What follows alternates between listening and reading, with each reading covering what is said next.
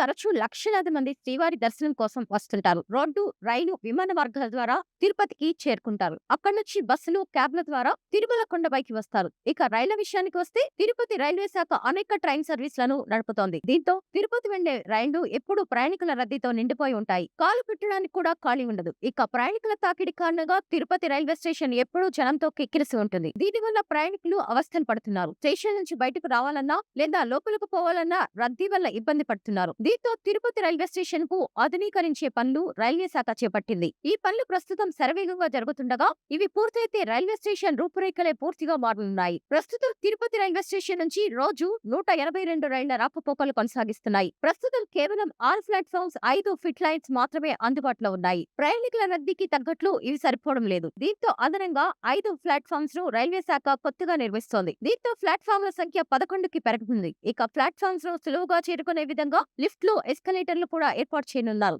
ఇక ఉత్తర దక్షిణ దిశలో 2 భారీ భవన సముదాయాలు నిర్మించనున్నారు. వీటన్నింటి కోసం 321 కోట్లు ఖర్చు చేయనున్నారు. దక్షిణ దిశలో నిర్మిస్తున్న భారీ భవనం ఇప్పుడే పూర్తి కావచ్చింది. దీనిని మార్చి నాటికి ప్రారంభించేందుకు రంగం సిద్ధమవుతోంది. ఇక ఉత్తర దిశ భవనం డిసెంబర్ నాటికి అందుబాటులోకి వచ్చే అవకాశం ఉంది. ఇక ఆధునీకరణ పనుల్లో భాగంగా తిరుపతి రైల్వే స్టేషన్ లో ప్రపంచ స్థాయి అత్యాధునిక సౌకర్యాలు కల్పించనున్నారు. సీసీటీవీ కెమెరాలు, హై స్పీడ్ ఇంటర్నెట్ సౌకర్యం, ఆర్వీఎఫ్ బలగాల భద్రత పెంపు వంటివి ఉండనున్నాయి. ఇక ప్రయాణికుల కోసం 2 ఎయిర్ కాన్ కోర్సులు ఏర్పాటు చేయనున్నారు. 61 మీటర్ల పొడవు, 12 మీటర్ల వెడల్పుతో వీటిని నెలకొల్పనున్నారు. ప్రయాణికులు కాలక్షేపం కోసం ఇవి సహాయపడనున్నాయి. ఇక రూఫ్ ప్లాస్, టాయిలెట్, కుర్చీలు, విశ్రాంతి బల్లలు, వంట సౌకర్యాలు ఉండనున్నాయి. అటు తిరుపతికి రైల్వే శాఖ అనేక ప్రత్యేక రైళ్లు నడుపుతోంది. భక్తుల రద్దీకి అనుగుణంగా ఎప్పటికప్పుడు కొత్త ట్రైన్లను అందుబాటులోకి తీసుకొస్తున్నారు.